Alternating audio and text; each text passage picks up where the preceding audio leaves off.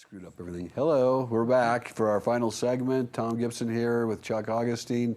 And Chuck had some interesting data that he had compiled here regarding people shot by either cops or cops shot by people. Yeah, as this guy pointed out that did this study, it's very easy to find how many officers were killed in the line of duty because it's well advertised. There's memorials and on, and rightfully so. I'm not against that, of course. But what is very hard to find are the number of civilians killed by police, whether it be valid, justified, or not. Anyway, this guy decided to go through the internet, much like NSA does, and metadata a year and find out what was reported throughout the news papers throughout the country on their websites. And he found that in 2011, there were 1,146 people shot by police, 607 were killed. On the other hand, in 2013, there were 105 officers versus 1,146. 105 officers that died in the line of duty total. Of the 105, there were only 31 who were shot and died in the line of duty. This is nationwide. So, you know, there's a huge discrepancy here. Now, again, the report absolutely, I think, fairly points out that in many cases, the act or the reported act was someone, you know, fired at the cops or, you know, pointed the gun or whatever. But we all know how bogus the investigations are in a lot of these. It's been well documented, certainly in this last year. So again, we don't know the truth. It's as simple as that. Like I said, I worked for NSA for 22 years. I know how compartmented. I mean, if I found out through intelligence that today was Tuesday, it would have a top secret stamp on it. I couldn't tell the public today was Tuesday because I found it out the sneaky way. Let me ask you something, because this is newsworthy nowadays. Is Edward Snowden patriot or traitor, or is he a hybrid? Okay, all I can say is that when I was in from 1970 to 1992, it would have been totally impossible for anyone to take that information outside, you know, and document it. Everything is compartmented. The need to know, that is the epitome of intelligence. And the whole purpose is so the guy in one room don't know what the other guy is doing, so even though they're working it, So, and again, a lot of it I absolutely know for a fact is to keep the public unaware, the American public. Great. It's not for, you know, government security but or if it's anything, true, well, it is true, and they were spying on us, and by him doing that, it forced the hand of the government to say, okay, well, we're not going to do that anymore. And then so they had to admit they were doing it to begin with. Yeah, but it doesn't change anything. The whole key to me isn't that someone's spying on us. It's what are they using that data for? Is it against the law-abiding, you know, citizens, or are they going after the bad guys?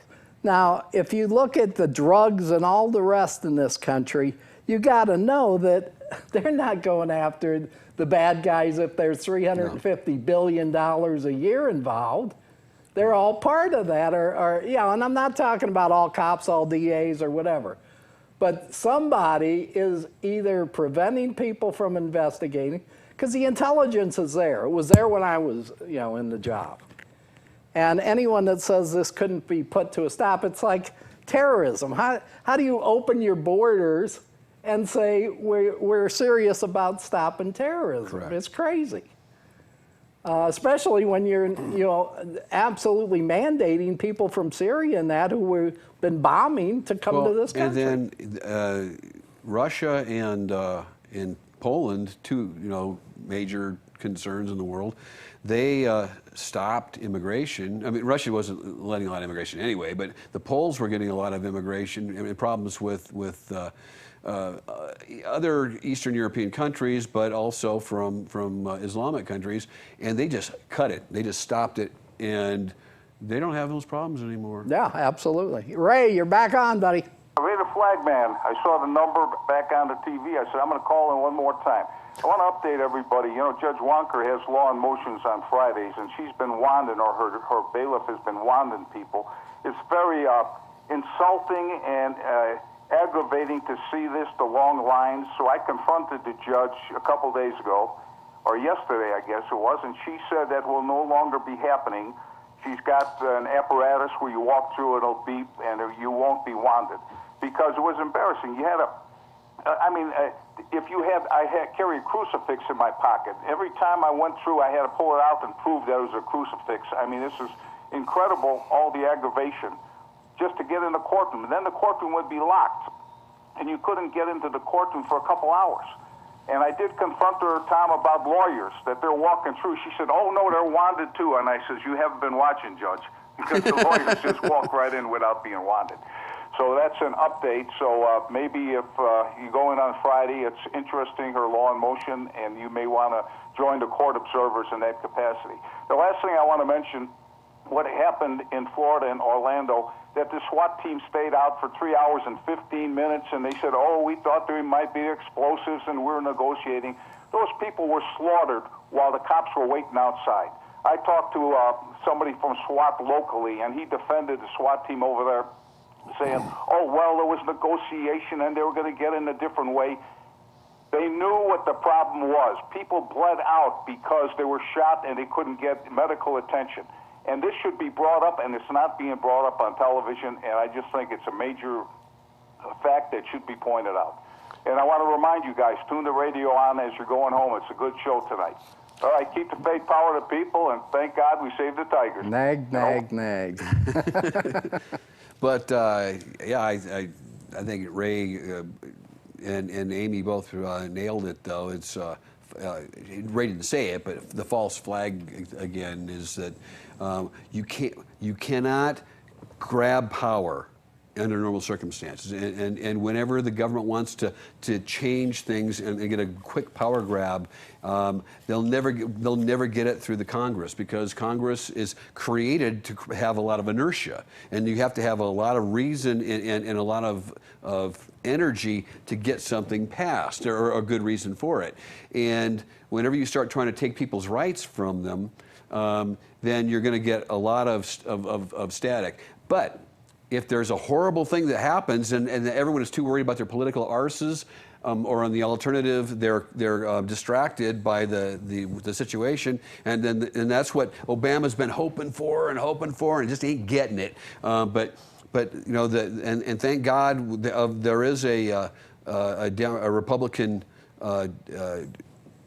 They control the both houses right now, because otherwise we would probably be sitting there in rice paddies right now picking rice for Chairman Obama. In my 66 years, I haven't seen the Republicans do a hell of a lot. No. I agree.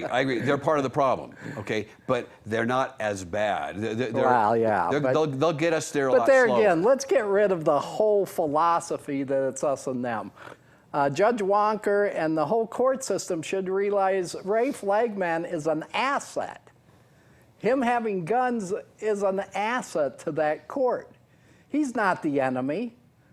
Not everybody is the enemy of the government, but that is the perception. Again, the perception that it is us against them. It isn't bad guys against them, it's us. The flagman, me, you know, anybody that could pose a threat to the government, to the authority. That's what's got to be returned to when our country was born. Well, and this is different but same. I was talking to Judge Wonker and some of the others a while back, and I said, well, I understand why you would want, you know, in theory, to have metal detectors like they have in Clark County. I said, but nobody gets shot in Clark County, okay? Nobody, except for once over at the federal building. But I mean, as far as people going in courts and shooting people up, hasn't happened as long as I live in this state, as far as I can remember. And it's never happened out in Nye County. So why do you want to take the cost and the effort and wand people and put magnetic detectors up to see if a person is carrying a weapon if the odds of it happening are so remote that it's not worth all the money and the fuss? And more fuss than money. Yeah, and there again, part of the problem is when you've got this conveyor belt of criminals being run through the system for ridiculously petty crimes that aren't crimes. Come on, they're control methods of the law and the government. If you had only the bad guys, you could absolutely insure the bad guys that really needed to be wanded or Right. frisked when they entered the courtroom. But we don't. We have this mass herd of people that are called criminals. And they're out there. It's like trying to buy a steak at McDonald's drive-thru. You can't tell. There's too many cars in front of you. We got a minute left, folks. I think it's been a good discussion. Again, it's all up to us. It's not up to government. We are the government if we take it back. And buy as many guns as you can. I'm not kidding. Go out and encourage your friends. If you can legally buy a firearm, buy it. And make sure it's safe. Learn how to use it.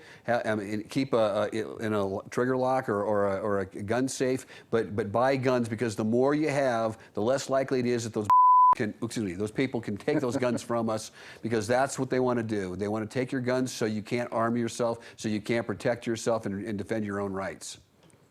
Noah, did you beep him? Okay, we snuck one in. Okay, we'll be back in 3-4 weeks, Thursday of the month, or Tuesday of the month. Thank you. Adios.